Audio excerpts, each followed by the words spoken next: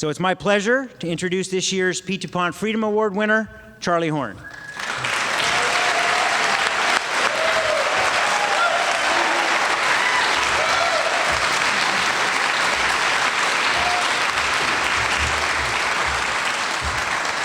Thank you very much. Okay, so I've got like 3 hours worth of notes. Scott said take as much time as you want, and Steven said make it quick. So I'm going to do my best. I'd like to start by asking the question, what is entrepreneurship? And we had a National Advisory Board meeting of Horn Entrepreneurship. Highly successful entrepreneurs, business people, social venturists, students, faculty, and so forth. And we didn't have two people agree on the definition. So I'd like to propose a definition, and then let's move on from there. So I would like to define it as anyone who has a vision for a future possibility to make something better. And when you think about it that way, it doesn't mean you have to start a company, run a business, have a social venture. It could be anything that you do. It could be in your church, it could be in your family, but it's knowing that you have the power and to create new possibilities. To me, that's all it is. You know, I get asked questions about, well, if I own a franchise, am I an entrepreneur? Well, you're creating jobs, you're creating a new possibility in your community. I call it entrepreneurship. So the reason I'm talking about that is a lot of times people ask about, well, doesn't an entrepreneur have to be wildly creative? And I've always said no. They have to have a lot of other attributes to know how to take an idea and a vision and what I call actualize it, make it a reality. That's the key to a successful entrepreneur.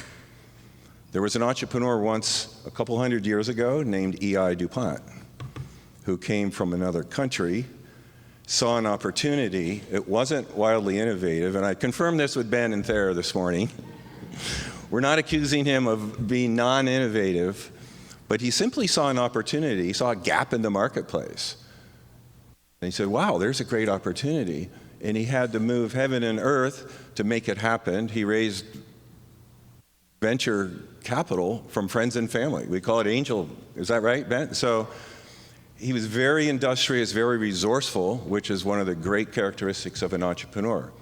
You know, they're not in a regimented program where there's steps A, B, C, D, E, just follow that and you're home free, you've got it. You know, entrepreneurship is a practice. And so the other question I was always asked, and when we first introduced entrepreneurship education at the University of Delaware, I partnered with Dan Freeman. And we were both puzzled by the question of, can you teach entrepreneurship? Or the reverse of that question, can entrepreneurship be learned? And it's a really great question. And we don't believe you can teach it in the classroom. You can get information in the classroom that are fundamental to being successful. One analogy I've thought of is sailing a boat. Can you learn to sail a boat in a classroom? You can learn a lot about nautical science and engineering, how boats are structured, currents, waves, the rules of engagement out on the seas. But unless you've been, at the helm and dealing with the changing conditions and operating it, almost like riding a bike, until you get the feel of it, you don't really know how to do it, and you don't get the hang of it. And so, like any other activity, you need to practice. And so we wanted to change the model of entrepreneurship education, with Horn Entrepreneurship. The traditional model, and I think Dr. Weber's here from the Lerner College of Business and Economics. In the old days, which for entrepreneurship education is 15 to 20 years ago, it was mostly finance and accounting majors doing spreadsheets on phantom businesses, and they were pretty much meaningless. And then gradually they started to figure out that we need to bring mentors and teachers in from the business community to work with the students. But it was still really very kind of academic and classroom oriented. So we wanted to break the mold and create experiences for young people to learn how to create products, services, technologies, learn how to try to manifest their ideas. Even just the ideas themselves, reinventing Delaware is really awesome because they're creating conditions for success for social ventures to make Delaware a better place to live. And they do that by having these idea competitions. But we all know it's not just an idea. It's the ability to execute on that idea, to make it work. That's the magic of an entrepreneur. You know, ideas are a dime a dozen, but it's the rare person or team. And did you notice we had team up here, a big team? You know, in the old days, entrepreneurs were thought of anyway as, you know, individual superstar heroes, and sometimes they are, but the successful ones always build great teams. So it was really awesome to see that team, you know, Second Chances Farms, because it wouldn't have won that award and it wouldn't be successful unless it had a great team. And I'm guessing it's a really awesome team, knowing some of the people that came up on the stage. And so I don't really want to talk about lessons from my business career, but I would not have been successful at all without great teams. And so I want to talk a little bit more about Horn entrepreneurship, going to my notes. I'll give you some statistics, if I can find the right page. It's impossible for me to recount over the last 7 years the number of programs we have, programs for students, faculty, alumni, and the community at large. So I think a lot of you are already familiar with a lot of those, but just a couple of stats. Today, it started in Lerner, still lives in Lerner, lots of business students, but we have worked really hard to bring in students from all disciplines, all colleges, lots of different departments, even education, creative ideas about changing the face of education. That's very entrepreneurial. It's new thinking. And so we have certificate and course programs in all 7 colleges at the university. And that also is a model for other universities to emulate. Graduates. There was a study done at the University of Arizona about 15 years ago. So it's an old study where they were tracking graduates from the entrepreneurship education program versus their peers from the business college that didn't have an entrepreneurship degree or minor or a major. And that what they found is that 5 years post-graduation, they were out-earning by a long shot their peers. It's because they were more valuable in their companies because they had developed the abilities to solve problems, work on teams, and leadership. And that's recognized right away, you know, as these students develop these characteristics and these skills while they're in school. You know, our goal is not to see how many new ventures 22-year-olds can start. If it happens, that's awesome. We're all for it. In fact, we really focus on supporting those. But our objective is to create people that have the skills, you know, in our next generation to solve the problems that we're facing.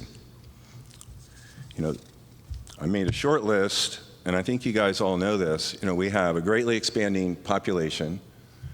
We just celebrated, wrong word for it, the anniversary of 9/11. You know, the population in our country has grown by 50 million people in that time frame. By 2030, we'll have another 20 million. We also know the rate of change is just unprecedented, driven by technology. You know, the World Economic Forum calls it the 4th Industrial Revolution. And it's because it's an age of change, and it's never been more rapid in the history of the world. You know, Charles Darwin, studying the evolution of species, said survival is to the fittest, not to the strongest, not to the fastest, but to the fittest, which he defined as those that have developed the ability to adapt to changing conditions. Well, we've never been in a world where the conditions are changing any faster than they are now. Think of all the businesses and things that didn't exist 5 years ago. I was going crazy today because my Uber app wasn't working. So, like, okay, I'm helpless without my Uber, and you know, things we never thought of. And that's like a good example. They're called platform companies. So platforms that create all kinds of sharing economy job opportunities. But will they last forever? Probably not. Technology by its nature, creating efficiencies in work and operations and transactions, eliminate jobs. But they also create jobs.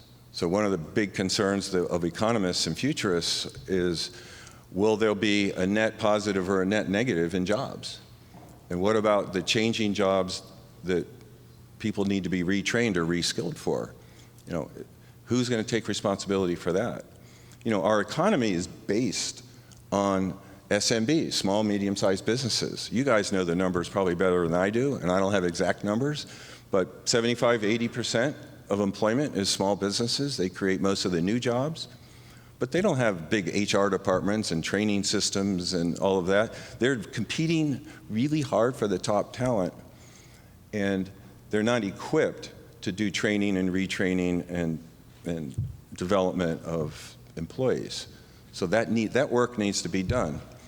What we're working to do is create a generation, and by the way, I'm sort of defining a generation as only like 6 years. In the academic world, it changes so fast. A generation is 5 or 6 years. And we see that now in the Horn program. Students graduated 6 years ago are very different than the ones now. And the ideas and projects that the students are working on today are vastly more sophisticated, they're more socially oriented, and they're more important to solving the problems of the world. So those are some concerns. There's some awesome trends. People ask me why entrepreneurship, and I'm starting to address that, but why Delaware? Delaware is a gem. I'm trying to think I think it was in 2012. I came back to Delaware a lot. I went to high school here. I got married here. My children were born here. And our family's here.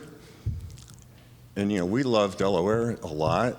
And we live in Arizona right now. I've been gone for 29 years. But I'm not really gone. I've been back a lot. And so I do what I can. But Delaware has one of the world's foremost experts in economic development and entrepreneurship education has said that Delaware is one of the top 5 opportunities that she's ever seen, ever. And it's because of all the embedded infrastructure and assets, the talent that's here, the history, the corporations. And you guys know, DPP, has a lot to work with, but we're not necessarily capturing all the potential. And that's really what it's about. It's about how do we capture the potential of what already exists. And I was asked this morning, well, what do you think of that is? I said, well, I believe it's creating the conditions for success. And what are the conditions for success? Well, if we were going to plant a garden, and my wife's a gardener, amateur gardener, we're building a greenhouse. So why do you want a greenhouse? Well, she wants to create the conditions for success to successfully grow vegetables and fruits and flowers and whatever else she has in mind, herbs, I think. So those are good. Tomatoes mostly. Right? So if she just has a plot of land and just lets nature take its course, there's going to be a bunch of weeds and insects and bugs and rabbits and everything like that. But if she cultivates the garden with intention and creates the conditions for success, then she's likely to have good crop yields. It's pretty simple. We all know that. So how do we create conditions for success in an entrepreneurial ecosystem? Well, it has to do with having all the embedded, in-place assets and coordinating them and having mutual goals and objectives and being apolitical about it and inspiring young people and people of all ages to be entrepreneurial and helping to give them the skills they need to be successful. We've had unbelievable impact and success with students. I'm going to get my glasses and read a couple things. I was trying to write really big, but it's not big enough. And I can't begin to list all of them, so please apologize in advance. We just in the system, the Delaware Division of Small Business Awards, EDGE grants. EDGE grants, 100,000, 50,000. There's money out there from the communities to support great ideas.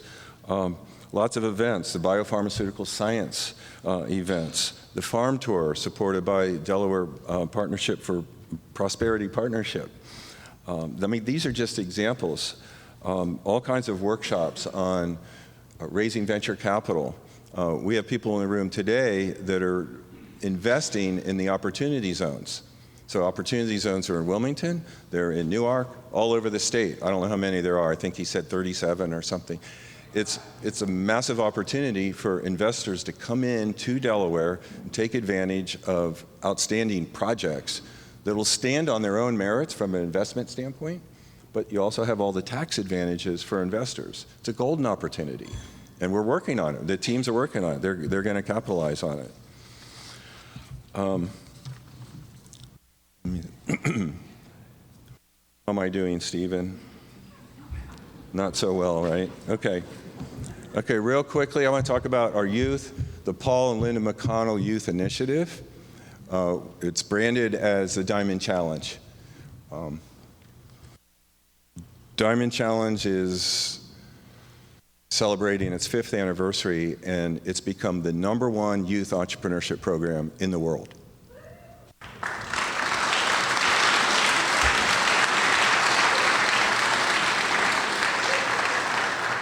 It's a school-based system so that high schools enroll to participate, and they set up their own programs. We give them the content and the tools to be successful. We've created the conditions of success for the high schools and the high school students. They curate their own process of student criteria for application and participation. We host an annual summit, the Youth Entrepreneurship Summit, in April. We have a competition with prizes, and it's unbelievable what kind of ideas these students create. I'm just going to read a couple of them to you. And by the way, we've engaged over 10,000 students in 70 countries and 40 states. That's kind of a nod not only to what we're doing, but to the insatiable demand. You know, the demand for entrepreneurship education, for innovation, to learn the processes of innovation and entrepreneurship are unprecedented, I think. And what do parents want? You know, given that the future of work is so uncertain, nobody knows, right? No, the future is unknowable. And so parents are very concerned about what their students are studying, what kind of jobs, what kind of career pathways they're going to enter. So we're trying to develop skill sets to be resilient, adaptable, problem solvers, and that's how they're going to be successful throughout their whole lives. We have great sponsors as well, a similar list to what we saw. Capital One, these are just some of them, Chemours, M&T Bank, Microsoft, the Comic Club. I'm going to read a couple of these examples. And so in the Diamond Challenge, we have 2 categories. We have business ventures and social ventures. And it's hard to tell the difference because of the ideas the students are working on. Last year's winner of the business innovation, the 2019 winner, were 2 young students.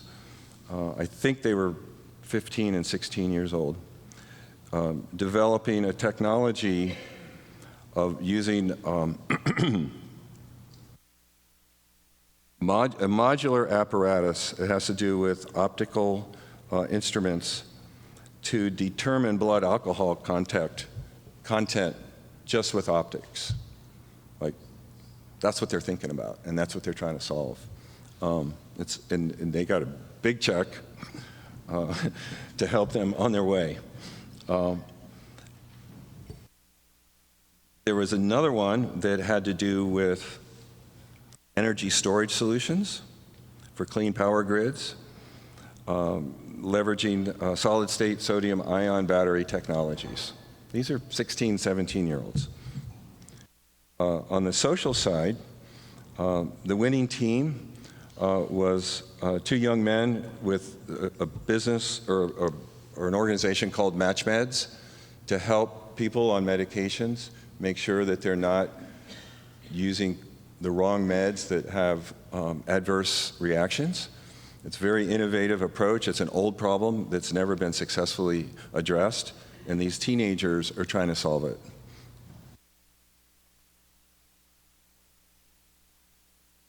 Okay, here's one of my favorites. 2 young ladies created a business concept for spill cleanup that combines boom technology with magnetic nanotechnology. Does anybody know what that is? I don't, but these kids do, right? And so I'm going to stop there because of the time constraints. But so while I'm here on this topic, I want to thank and congratulate Paul and Linda Mcconnell. And would you guys stand, please?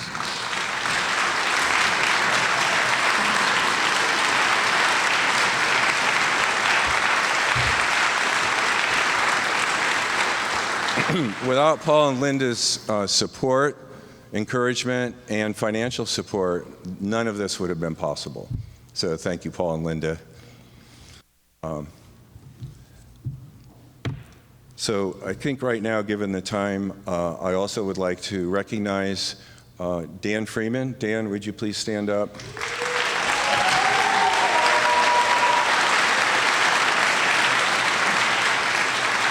Dan is a tireless worker. He's sort of the antithesis of an academic. Bruce Weber will tell you. But he's so inspirational to the students, to the faculty, to the staff. He's shown great leadership. He's been a role model for the young entrepreneurs. And at this time, I would like to ask everyone here that's part of the Horn staff or faculty, including development, anybody with the university, would you please stand and be recognized?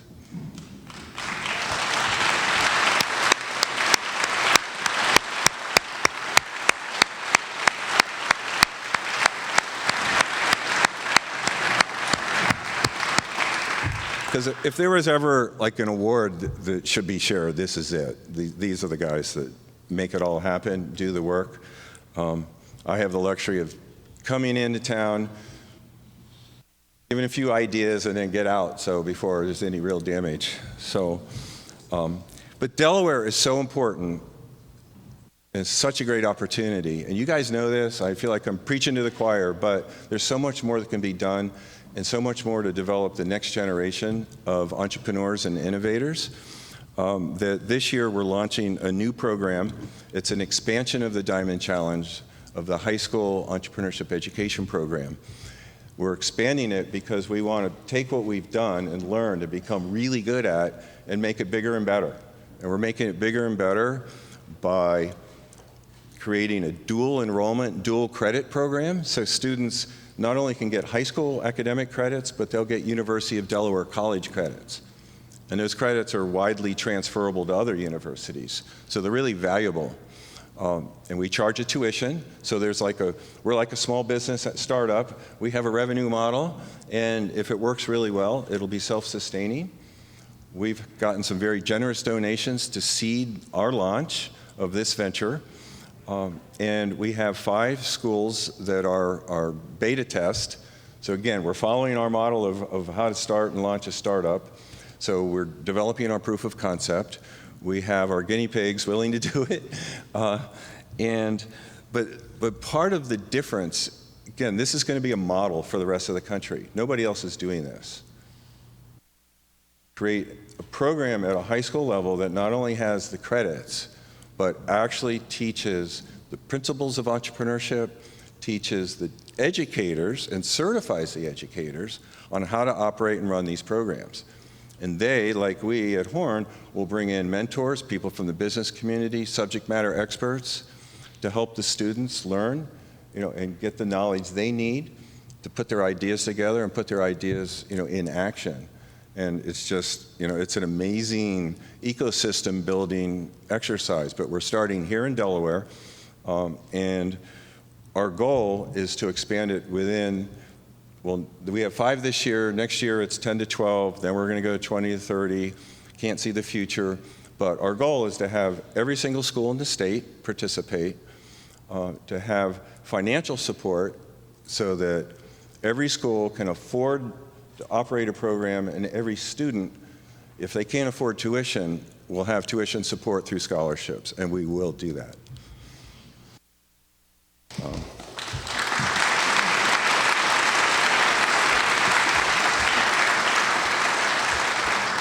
Well, and I know we're going to do it. I'm not really making a prediction. I know it's going to happen. We have tremendous financial support already. We're getting more. And I would like the people in this room that are part of the high school Diamond Challenge program to also stand up and be recognized. Aaron,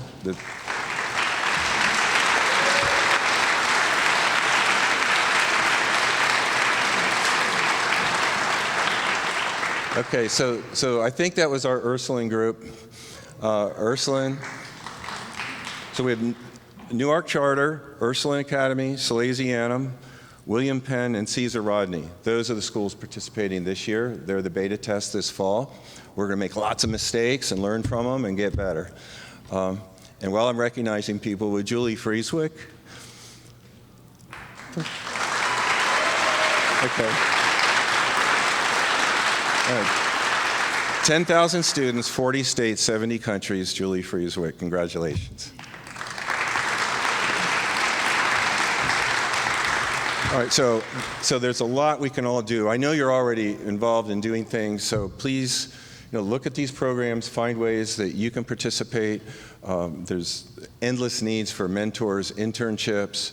Again, I want to thank and recognize the Pete DuPont Foundation for what they're doing, creating the conditions of success for the social ventures, 2 of which are recognized tonight. But they're not just fostering the ideas, as we heard. They're also creating support mechanisms so they get the know-how and other resources, including financial resources, to turn those ideas into a reality, because otherwise they don't mean anything. So they're just a great model to follow, and there's a lot everybody in this room can do to help support the Pete DuPont Freedom Foundation. Thank you very much.